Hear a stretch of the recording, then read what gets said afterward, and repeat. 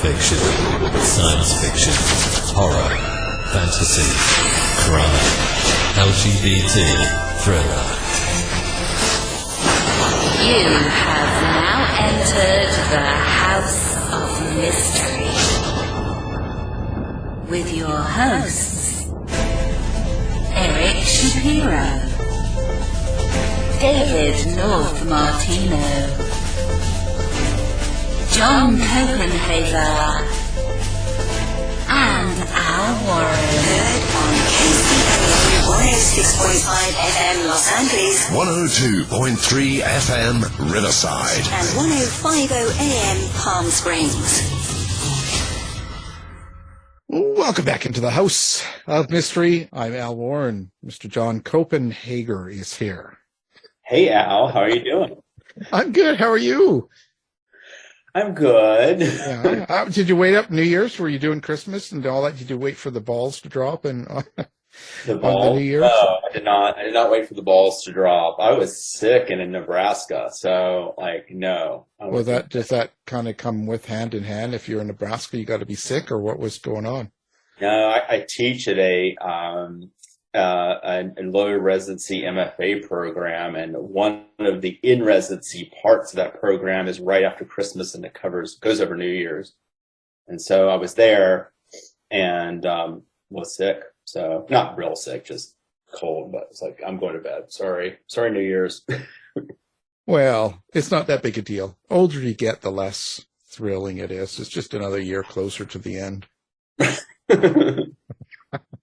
That's such a cheerful thought. It's another, you're one step closer to death. 1 year closer. I'm such a cheery guy, hey? It's January, so we have to be that way. Glass half full. Yeah. Glass has got holes in it. Well, so now we've got a man here who's written a book, who's pretty exciting. It's a thriller, No Home for Killers. Sounds like my house. It's a home for killers, so come on over. So we got Mr. E.A. Aymar. Thank you for being here. Oh, thank you so much, Al and John. Thank you. It's been great to talk with you again, and really good to be here. Looking forward to talking with you. Well, so how did you get rooked into this writing thing? So I heard your interview with Wanda Morris, which was fantastic, and she's such a great person. And she talked about how she, this was her first novel that eventually sold, and she had to rework it and find an agent. And for me, it was so easy to write a book and get published. I had no idea what she was talking about. I really just wrote an idea on a cocktail napkin, sent it to my top agent. She picked it up and we sold it. Did you write it with crayon? There's a lot of truth to that story, but in a greater sense, it's not true at all. What really happened was I started writing seriously in 97 when I graduated college, and I got a job answering phones, and it was the only job I could get. And everybody who called, it was a political network, and everybody who called hated me and swore at me. And I thought, I really loved writing, and it became kind of, reading and writing became a retreat for me at that job. And I had always thought about being a novelist. You kind of imagine it, but it seems so daunting before you ever try to write a novel that, it wasn't something I seriously considered. But I started, I had an experience that fueled it. And over the next 5 to 6 years, I told no one I was writing. I wrote every night. I took it seriously. For me, taking it seriously meant writing every day. That's not what it means to everybody, but for me, that was what it meant. And I finally had a novel ready to go. And that was in 2004. And then I got published for the first time in 2016. So there was a gap. Yeah. A gap of a lot of years and a few novels that are in drawers somewhere. But wow. Yeah, that was my path. It took a sort of an embarrassingly long time. You need to sleep with more people. I slept my way to the middle. Well, why stop there? Well, the middle's where all the fun parts are. Well, you got to get through this, right? And you got to get to the top. Yeah, it took so long, and for most writers it takes a long time, and that's fine. I don't regret any part of my publishing path. It was really hard, but I've never ever taken anything for granted because of that. Every time I'm on a panel or something, I'm like, and I think maybe you both can relate to this. It's so nice to be on this side of the stage. Finally, it's just such a lovely thing, and there's a lot more I want to do. Every writer, has a healthy or an unhealthy dose of ambition, but I'm so excited that I was able to finally publish a book. So what was it that gave you the courage to actually show your writing to people to try and publish it after sitting there for so many years? Well, I had this sense that when I finished my book, it was going to be like Moses coming down from the mountain holding commandments, and people would crowd around me waiting to see what I'd written. And keep in mind, wisely, I told no one what I was doing. So there was no writing organizations or friends or anyone who had any idea I was writing. And no one cared. And that first book it had a lot of heart, and that was about it. But I was, so you get that sense of despondency, and you're in that I was in that mode where you're querying agents, and you have all this hope, and you don't know what the future holds. And as the future begins to sort of be revealed, that hope fades. It's being on submission is so crushing and so brutal. And once I felt like I was sort of built for that. I was sort of built for this field. Like, yeah, it gets you down at times, but I'm sort of a okay person at getting knocked down and, oh my God, that's a 90s song, isn't it? But getting back up. Yeah, I get so. Yeah, that's right. So is that when you started to sleep with people? No, I slept with people a lot later than I wanted. Try the honest approach. Yeah. That didn't work. When in doubt, whip it out. Well, Ed, I have a question for you because, I know that, I teach a lot of students in my MFA program. Of course, we've both been through MFA programs, and the same one. Oh, I didn't go get an MFA at Mason. Oh, I thought you did from George Mason. I got I studied writing there as a bachelor's, and I took a couple of MFA classes, but I got a master's in literature from Marymount. Oh, okay. Oh, I don't know why I thought that. But, I think that, you're looking at them and sort of saying like, this, you're going to, enter the sort of writing life and what to expect. There's a lot, and I'm sure you can relate to this, a lot of inside, when you're learning, a lot of sort of instruction is focused on the craft, right? Not necessarily the industry. Right. And you're kind of talking about how you kind of didn't have any connections or anything. You just wrote this novel and said, "Hello, world, here's my novel." But on the flip side, one thing that I've always admired about you is that you're so great you support others all the time in the community. You're like the Noir at the Bar and writing articles for a Washington Independent Review of Books. And I think that when did you sort of figure that out, like along this journey? Like, when did you start figuring out how to do that? Oh, well, thanks, John. That's nice. It was really, I don't want to, dismiss that or elevate it, but I will say that it came from sort of a self-serving sense, right? I wanted to do stuff that would put me in people's minds, my writing.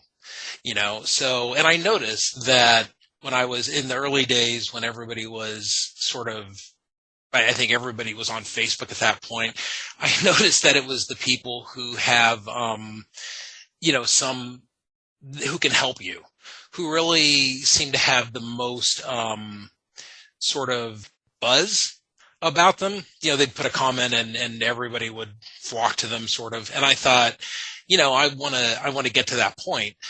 So it really started just from a naked sense of ambition.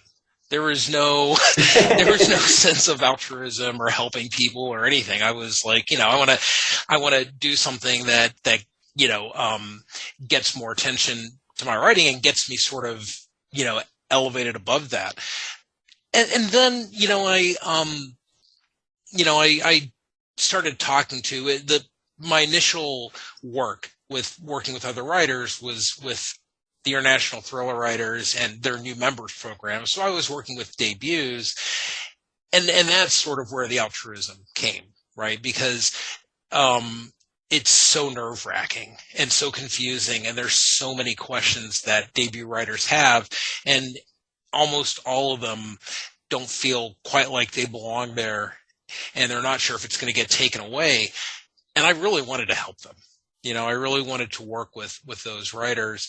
And similar to that, at the time, I really wanted to work with, to help women who were writing crime fiction, because I was working with the International Thriller Writers, and I'd gone to Thriller Fest, and I had a fantastic time. It was the first conference I went to, and I made some of my closest friends there, and have.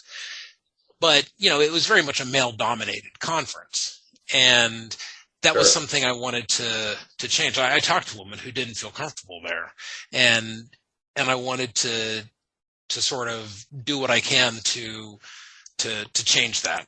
So I got more involved with ITW and worked on their board, and then started the Noir at the Bars thing was just, kind of a fun thing to do. So that led to that. And yeah, it's actually at this point now, and John, from working with people, like when you're really invested in something, there's a lot of work you do that sort of is noticed, but there's a lot you do that no one knows. Right. You're helping people, and working with others and working with organizations. And a lot of it's behind the scenes, and it's very taxing, and it takes a lot out of you. But I'm really glad I had those opportunities and those experiences. They also put a lot back into you, right? Like when you're doing that sort of stuff, I always find when you're helping people and working with people, you learn a lot yourself. Like it changes you as a person too, right? Oh yeah. Because, I started out with, small publishers, the small publisher route. And I didn't, working with debuts who were with, the big five and were, who had advances in the 6 or 7 figures wasn't something I was familiar with. So I learned about the industry through them. And I was still able to offer them some guidance, right? Because it's a lot of it's about knowing the organizations that'll help you and where to go and who to work with. And if I don't have a question, I can find it from somebody else. So after a while, to your point, Al, yeah, you take a lot from that, and you really become, sort of I don't want to say an insider, but you have a little bit of that. You sort of have, I was sort of peering at the insiders. It's almost like being in a political party. Yeah, I remember, I did one board meeting at Thriller Fest because I could only go, I was on the board for 2 years, and the second year I was hurt and couldn't go. And I was at this board meeting, and, R.L. Stine and Lee Child and David Morrell are all right there and talking about, their experiences in publishing. And it was fascinating to see these, sort of giants and legends, trading stories and stuff. And I was really happy to have that, to see that. And I think I'll always take something from that. So now this book, No Home for Killers, what's the basic premise of this book? So a jazz musician is murdered, and he was abusive and privately abusive, publicly revered, and his two estranged sisters are brought together to find out what happened to him. One of the sisters, the older one, is a former social worker who's burnt out, and the younger one is a secret vigilante. I mean, she's also a grant writer because the vigilante thing doesn't pay. But it's more exciting to say she's a secret vigilante versus a grant writer. Nothing against grant writers. I love that. That's so practical, and kind of like it's like good advice for writers built in there. Like you can't be just a vigilante, right? No. Get a real job. Oh God. Wow. So now, when you're putting together, what came first? Was it kind of the premise of the story, or was it your characters?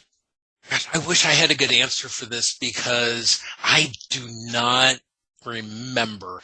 I think it was the characters. I've been going through a phase, and I think I just got out of it, where I've been really curious about siblings, and all of my recent writing and books have involved the relationship between siblings. So the idea of this, and I really wanted to write about jazz.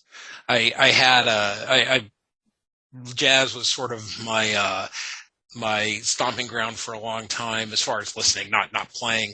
And I wanted to incorporate that in a book and have a book that talked about art in sort of a young artist point of view. So the three siblings were really my impetus for the story. And then when it sold, and my editor read it, one of her suggestions, because the jazz musician who's been murdered, the brother, has a point of view prior to his death, and she was like, I really think the story is about his effect, sort of his ghostly, lingering effect on his two sisters. And it's a story about women and the effect that corrosive men have on them.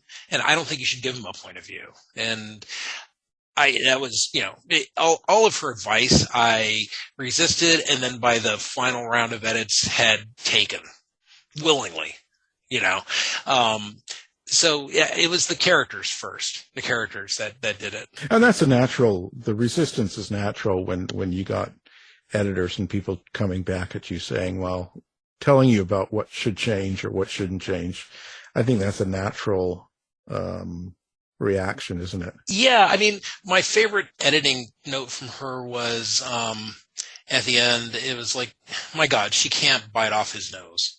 I was like, and the thing is, like, I'm really desensitized to that. So I was like, why not? I don't get it. And so when the reviews came that said this book is, you should know this book's violent, I was like, it is? I really need a good, that's why I'm really happy to be working with her, with Jessica Wells from Thomas and Mercer, because she's a good barometer for that. She's like, okay, you've crossed the line here. And I'm like, okay, good. Thank you. Because I have no idea. Right. Well, not every family has people biting others' noses off and stuff like that. That's just that's not the average family. Well, I don't know what kind of PC culture you grew up in, but when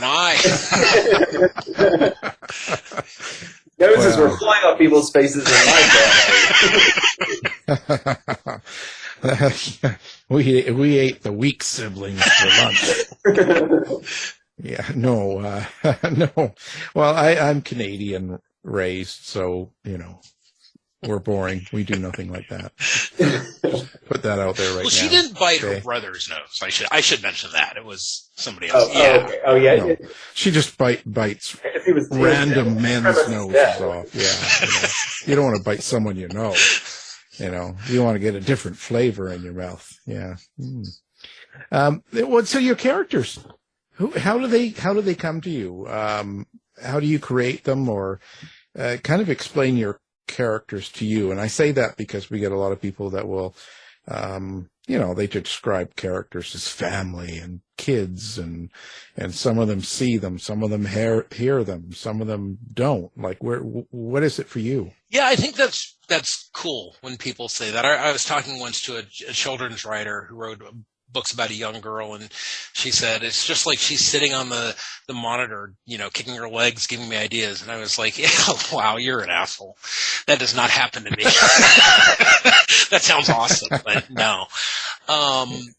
No, for me, this was so No Home for Killers to me feels like my most personal book, and I think in a weird way I'm much more sensitive about it than I was about anything else I've written.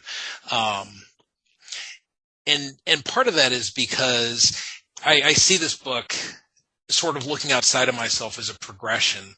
I'd noticed in my 2 other books before this that there was always that sort of wacky side character who was a little unhinged, and that character was kind of, at times the comic relief, sort of the audience surrogate, but they died in my other 2 books, and people who read them were like, I was so bummed when blah blah blah died, and I was like, yeah, me too. Why did I do that? And it, this sort of became an idea of like, let me take that side character and put her in the forefront and make her the real protagonist of the book. So Emily, the vigilante, who's a bit sort of delightfully unhinged, became the hero of it. And she was, in a way, I took a bit of maybe all the characters I've written and kind of made her like a Frankenstein's type of monster, but she doesn't, I never felt a sense of, I have a very real idea of what my characters look like and sound like, but I don't have the point of having conversations with them, of talking with them, of sometimes imagining that, they're next to me or something. I've never had that experience. It sounds kind of cool, but it's not, but I'm usually able to separate them. I think part of it is because usually when I do a book, I print out images of the characters based off actors, based off people that seem to remind me of this person, and I tape them around me in my office, and it's a nice way to feel submerged in the book, but also to remember, what this character looks like, how they'd react, to keep them really sharp in my mind. One time when my son was born, we had a nanny, and she had a best friend, and her best friend came over one time to help her out, and I was like, oh my God, you look just like the character I've just read. Like, it was uncanny. So, and I didn't think any of this was weird. I went to Facebook, I found a picture of her, printed it out, and taped it on my wall. And then I was writing, and then my wife came in, like a week later, and she's like, so why do you have a picture of Cindy on the wall? And I was like, that's an awkward conversation. It would have been more awkward had it been Cindy, but if she had seen it, but yeah. But that would be weird to walk into a room and see that someone's imagining you as a character in their novel. I mean, even if it's not like you, but they're using your face and features to sort of fit for a character. I mean, I do, by the way, Ed, I do the same thing. But all my books are set in the past, so I'm reaching back for lots of people that probably aren't even with us anymore, stealing their pictures off the internet and using them as my, inspiration. But it is an interesting thing, you are borrowing someone else's image to do that. Yeah. And I feel like it's fine as long as it's a novel and I don't have 40 pictures of somebody I know all around me in a dark office. But, I do think there's something to it about the sense, and I think this is really interesting to me, and it's something I've been thinking about because Jordan Harper, the writer, sent out a newsletter where he talked about this, about creating sort of an inspiration board that's based off random things, not, that will put him in the novel that he's writing. So it can be, even just like a torn bit of a sleeve or a ribbon or something like that. And it puts him in the right mindset to be in. And I find that fascinating because, I never have an issue with slipping into my book or the place where I left it when I stopped writing the day before. And I think part of it is because when I step into my office, I'm sort of immersed in that world. And to get to the point, I was talking about it earlier at the start of this, that's something I dreamed about having the opportunity to do someday, right? To create a world and flesh it out and share it with it. And do you find yourself drinking when you get in that room? I drink a lot of coffee and I drink a lot of water because I'm terrified of kidney stones. So I drink like 8 bottles of water a day. Wow. So, but how much of you is going into the characters? How much of you are you giving away? I think a lot. I worry, and I think this is something that you two and any writer can relate to. I put a lot of, I'll occasionally put personal experiences in the book as a memory that someone had, or a conversation, a story someone confided in me will make its way into a book. And I'll think about that when I write it. And then, a few drafts later, I've forgotten where I got that story from, and it's changed a little bit, and the work gets published, and someone is like, that threesome was private. And I'm like, wait, that was you, right? So I worry about that. As far as me fitting into my, what comes from me personally, otherwise, not a lot. I mean, I'm pretty boring. I think most writers probably are, despite what their persona suggests. I mean, we're nerds, right? We read a lot, we write a lot. There's some of us who do, I went to war and I drank in a bar and stuff like that. But I kind of think those writers are BSing. Yeah, they were probably doing dishes in the basement. So you said this is a very personal, probably the most personal book to you, right? And so that means it's important in a sense. What exactly is so personal? Is it a message you're trying to get to people? Something that you want a reader to take away from this book, other than the main story itself? Yeah, there's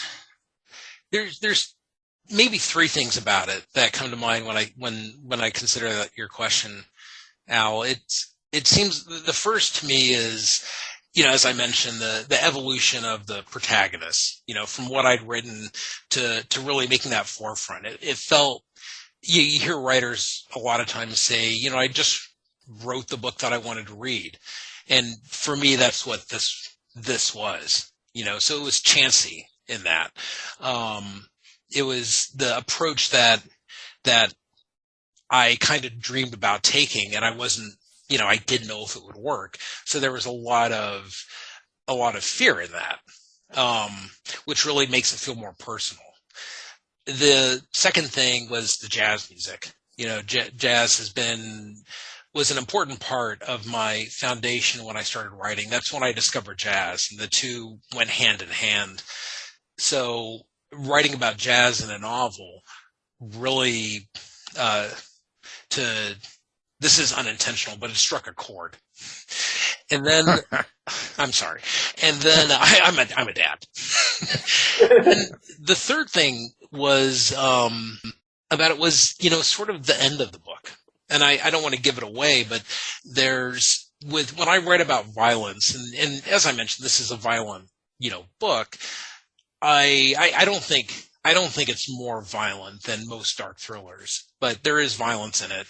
And when I write about violence, I never write about it in a celebratory sense, right? I don't want, as much as I enjoy, I love Marvel. I'm a fanboy, and I love, the good action sequence in a show or movie, but this book doesn't give you that.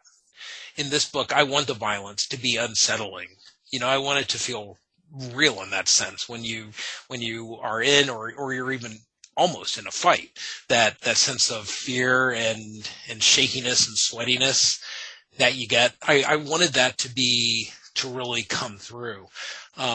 So for people who choose violence, and there's a few of them in this book, I don't want them to be heroic. I don't want to write a Jack Reacher.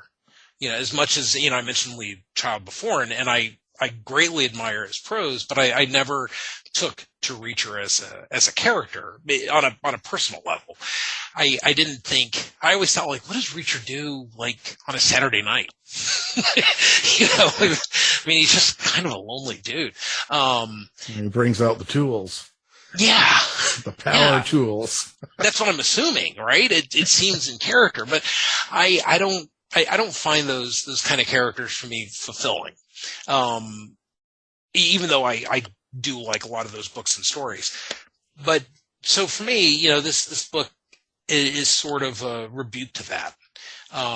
It really, in some ways, encapsulates how I feel about the choice between violence or nonviolence. And that, putting in the book, I don't know, how people will respond to it. We want to write, we want to tell the story we want to tell, but we want to also entertain people. And I don't truly know, and I don't think I will know until some time has passed if I achieve that. I'm really interested about this sort of topic of how you go about depicting violence. It's something I think a lot about too. I mean, maybe it's just something that as a crime writer you think about. I mean, a lot of your topics, if you do this, do center around violence. But yeah, I love that you point out that it's not necessarily the degree of violence, but it's how you position it morally within a book. In fact, sometimes make it more responsible for it to be a little more descriptive and graphic because you're honoring the horror of it. I don't know if that makes any sense. Would you agree, or what do you think? I am so in sync with you right now. I'm just staring at your Zoom image right in the eye, like, man, I feel you. Because I've been thinking about this a lot with violence and with sex. The general sense among crime fiction readers and sort of an industry sense is the camera politely turns away at some point. And I've noticed that I just think it's not fair to the character. I feel like if you don't show, sex or violence in some degree of detail, then you're really missing an opportunity to show a vulnerability in a character that wouldn't be seen any other way.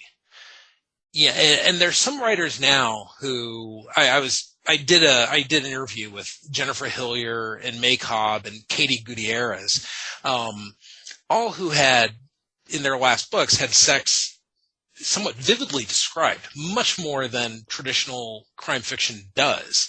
And I'm just curious about it. There's no mistake, by the way, that these were all women. I think because, and all women who have written around psychological fiction, because you're writing about the interior of people. And I think we were in a conversation about this a while ago, John, that the sense of character in a book is, for me, much more compelling than the crime. Yeah, ideally they'll go hand in hand. Ideally, I'll be on, and with great thrillers, I am, right? I want to know what happened. I had just finished the last Policeman trilogy by Ben Winters, and it was so fabulous. And the character and the story and the overarching dynamic of the plot just, was like a nail being hit by a hammer. It was stunning. But to that sense, I wonder, like, are we shirking away from character by not going into more of these very personal, very, very human and very basic urges? Yeah. Well, I mean, I tend to be a character writer first, and then kind of work out the plot. So, I mean, I would argue yes, we should, because I think it's what ultimately humanizes and fleshes out the fiction that we write. You know, and then if you are talking about stuff like violence, and you've done a great job of developing a character, and then they're either committing the violence or they're subject to the violence, it's going to matter a lot more, right? And Yeah. so I just think that seems to be kind of important. I think that's important. I think that, but sometimes it requires a little more patience on the reader's part to learn about the character and get to know them, so they're invested. And I do think there's a power to leaving it to the reader's imagination. You know, I mean, one of the most beautiful romantic scenes I've read that had sort of a sexual energy to it was in F. Scott Fitzgerald's The Last Tycoon, you know, where this man is with this woman and he is they're embracing, and they're in this private, they're this empty house, and something under her dress falls to the floor, and it's just like this beautiful moment. But that's Fitzgerald, so that's not really fair. But you know, it's stuck with me for probably 25 years now. So I think there's an argument both ways, right? I mean, there's a power to doing something that's merely suggestive, and a power to writers like Karen Slaughter, who can really go into unsettling depth about violence and about violence situations, and make them compulsively readable and also seemingly authentic and honest. Now, when you took on this writing about two sisters and a brother, where did you draw from to get that relationship of siblings? You know, I'm an only child, so I'm not sure. I think, like a lot of only children, you know, you sort of imagine having a sibling, especially during your, you know, early, lonely, younger years. And I did have a cousin I was close to, and she and I, you know, had fun. We would hang out. We even hung out when we were older. Although then it got weird, because you're at a restaurant and we were like, "Oh, is this your wife?" And you're like, "No, it's my cousin," and everyone thinks you're doing it. And I have Awkward. And to be fair, I have very attractive cousins, so it's tough. I get it, but I think something about that relationship of dynamics of what I like about the siblings. I see my wife has two sisters, and there's this sense of, you know, no matter what happens, no matter frustrations they have, arguments, you know, but we'll go without talking for a while. There's always this like push and pull of siblings. That's really fun. I don't think they find it fun, but as the outside person, I'm looking at it like, wow, you have this amazing dynamic, this relationship that you really don't have with anyone else. Like I know there's brothers and sisters, and I've known them who've split apart completely, but the ones that don't, that linger around each other out of some sense of familial duty or love, or the memories of love, those are the ones I just find fascinating. I love friendships that have weathered a bit, you know, and that's and sibling relationships to me are a very close representation of that. Yeah, it's an interesting relationship that siblings can have, and that's why I was wondering like where you kind of drew from. So being an only child, so did you have imaginary brothers and sisters and that sort of? No, I didn't. I mean, I did play. I was going to say with. Oh God, I played by myself a lot,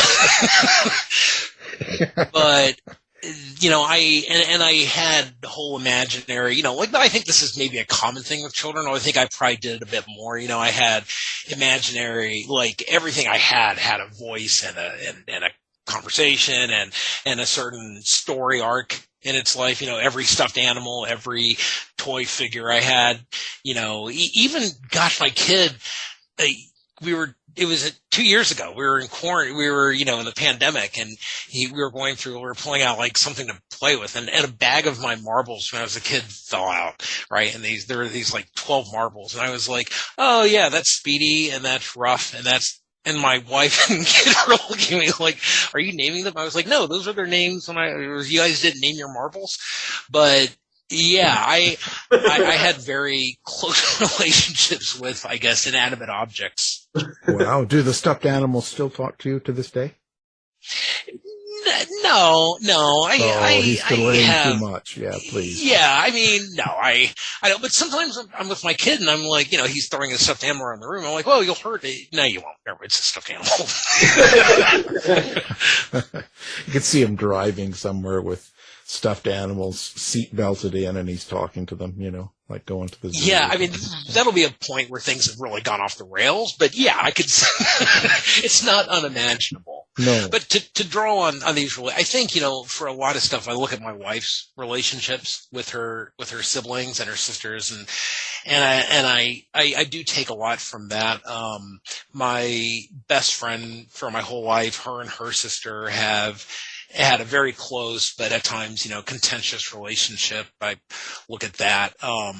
Those are the people. It's not the kind of thing I research. I find with some of that personal stuff, I don't need to like interview people about it, but it is but I think when I need answers about something, I look at that even without realizing it. It took me a few drafts to realize that I'd written, to put the connection together that one of my characters was a social worker and my wife's sister is a social worker. I never thought about that otherwise. Right. Subconscious. Writing evil characters or the murderer themselves.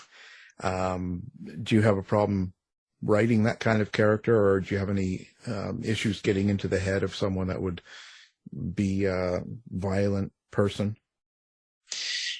Yeah, I usually, so with thrillers, one thing that I've always done is had, the thrillers, the killers or the baddies POV in it. And I'll usually have a few of the bad guys, and I try to balance all of them out. Right. I try to give something about them that seems human and relatable and blah, blah, blah, blah, blah. But there's always the one person who is remorseless, who's just a terrible person. And that person I usually don't offer humanity to. Yeah, and I think about that because I sort of, one of the things that's really inspired me is the TV show Fargo. Mm-hmm. And in the first 2 to 3 seasons, there was always a character who was kind of like No Country for Old Men, right? Like the person who was this remorseless, relentless killer who was just, slowly walking after you if they were coming, sort of a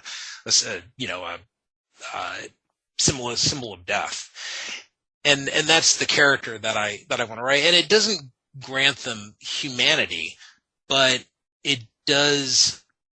I think I hate to think about it, but I do think that person exists, not throughout their life. They were a kid, they were held, they were loved, they laughed, they, giggled. But I do think that there's a point where there's people who have become irredeemable. Well, and there's always something about usually the evil character or the bad person, as we like to think. They usually have in their mind reasons to do what they're doing. Like they think they're doing something good or something right, or there's a direction that they're in. So sometimes it's important to talk about that. Yeah, sometimes, right? Sometimes there is, and sometimes there's evil that's done, for the sake of evil. And it's one of the things that really sort of set me on the direction of violence, was violence to women, right? That was something that was around my life. I was always in all male groups growing up. There was a fraternity or sports or Boy Scouts, and I'm colored by this, but the way they treated a woman struck me as, really repugnant and very barbaric. And I was never a participant in those kind of conversations, but I wasn't the outspoken adversary to her. I was the quiet, uncomfortable person on the other side of the room. And it struck me that there was a sense of sort of gleefulness in their hate. And when I sort of moved away from that and got away from those people and talked to more women. Most of my friends are women at this point, and it have been for 30 years or so. But it was very eye-awakening, right? Or eye-opening. It was kind of like what the Me Too movement did for so many people, where they're like, "Wait, you get harassed?" I had that sense, a long time before. So it really spurred that. But I to get back to that sort of evil, it was this gleefulness, and I don't think there was a point there with some of those people and some of their actions and some of the stuff we still read about, right? Whether it's sexual assault or rape or what have you, where there's any sense of a person that I necessarily want to feel, empathy toward. Right. So how is it you feel you want to tell a story when it pertains to violence against, let's say, women, or to someone that's less than, like, weaker than the person, being the violent one? How is it you try to write that? Well, it's tough, right? Because I've always written with my three books have had women as the protagonist, and I'm a little uncomfortable about that because I think I don't necessarily think in some ways I'm the right person to tell the story, right? And I don't want to. So I take a lot of pains to make sure that I'm not making the woman masculine, making them respond in ways that I would. With Emily, with this book, as a vigilante, she chooses violence, and one of the first questions I had to deal with about that was, is that even realistic? Right? But Emily is sort of cartoonish, and in the book, I think it works. But it's something that I have to. My biggest concern with that is being fair and not taking a voice from someone who would tell it better than I do. So that's something that writers are wrestling with now, right? Questions of identity and who is appropriate to tell this story, and should you take certain points of view or perspectives. So I try to be fair to that. It's not something that I've been called out on, which I'm happy about, right? I'm not on the the men writing about sex Twitter thing. Well, I'll make sure they're aware of it. Okay. Yeah, if you could. But the good thing is, for me, is that my agent's a woman, my editors have always been women, my early readers are women, and they're very, very, very quick and actually pretty happy to call me out on my BS. Right? Yeah. So if there's something that I got wrong and it's egregiously wrong, they make sure I'm aware. I think it's a sliding scale too, in a sense of you have a character that's a vigilante, and she's biting people's noses off or whatever. Mm-hmm. I mean that might be exaggerated to what someone would say it's not realistic, but in a sense, there's probably a lot of women out there that do vigilante acts in a much smaller way as a response that maybe people aren't always aware of. Yeah, I mean, I don't disagree with that at all, and I think that's where Melinda, her sister, and the former social worker really came in, right? As sort of Emily is the vigilante is, cartoonish, right, to an extent, right? She's climbing in windows, and she's wearing a mask, and she's got a baton. There's a lot about her, and somebody said, and it was a good, it was a positive review that a bookstagrammer gave me, but they said you have to suspend your disbelief with Emily. And I'm not sure how I feel about that, because on one hand, yeah, you kind of do. On the other hand, I don't want someone to read the book and think like, yeah, this isn't realistic whatsoever. But Melinda is the grounding person, right? So she's the other POV, and she's the one who sort of, is in the real world, you feel the ground under her feet, and the weariness and the exhaustion and the repulsion and stuff like that. And also the way that she responds to sort of the horror of the world is, I think, much more in line with a sort of more fully human character. I will say that as the novel continues, then Emily finds that, when Emily has to become sort of more human, that's a very disorienting moment for her. Right. But I think it's important in a way. I think it might exaggerate it some in her acts, but it kind of brings attention to what you're trying to have the reader understand.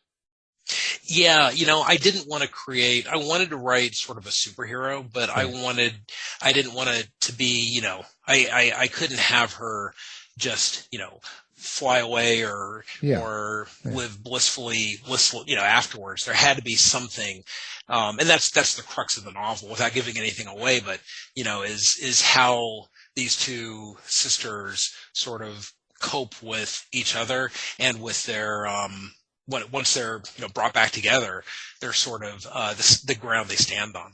Yeah, well, that's fantastic. It's better than Jack Reacher. That sounds really good. I'm like, why didn't I put this in the synopsis or the back of the book? Yeah, that's right. Let people know. Well, so do you like to interact with your fans? Do you like people to kind of respond and make comments and talk to you and stuff? Do you have like social media? Do you have website? Like where is it people can find you? So I love talking with people, as John knows. Usually they have to walk away, but the best way is my website, probably. It's eamar.com, and on there's a link to my monthly newsletter called Crime Fiction Works, and in that I have an author note about whatever I'm going through in writing, and then after that I list books that month or the month before that came out that I'm excited about. So I try to make something that is about me, but also about crime fiction in general, and that's the best way to. And people respond to that. It seems to have taken off. So and I like doing it. So it's that happy balance of something I like that actually works. So my website, eamar.com, you can subscribe to Crime Fiction Works, and that's the easiest and probably best way. Perfect. Well, I'll have that up on our website as well, so people can find it with one click. Now, you also mentioned you had an OnlyFans page too. So what was that, so people can look that up? Yeah, no, that's fine. That is, it's sexed.com. That's good. Are you under the name? You're under the name John Copenhaver. Is that it? If anybody, when you click it, you can enroll in sex ed. Well, there we go. See, now we've learned a lot here. We know exactly what maybe too much. Yeah, we know now the dangers of an only child. But yeah. Well, we appreciate it. Of course, now the book we're talking about is No Home for Killers, and it's a thriller, and it's by our guest, E.A. Aymar. So thank you for being here. Thank you so much, Al and John. This was awesome. I'm so happy to be in your lineup, and really appreciate the interview. Thanks, Ed. You've been listening to the House of Mystery radio show. To find out more about our guests, hosts, or shows, go to www.houseofmystery.com. Show's over for now. Was it as good for you as it was for me? Yeah. Good night. This has been a production of Something Weird Media. I'll be back.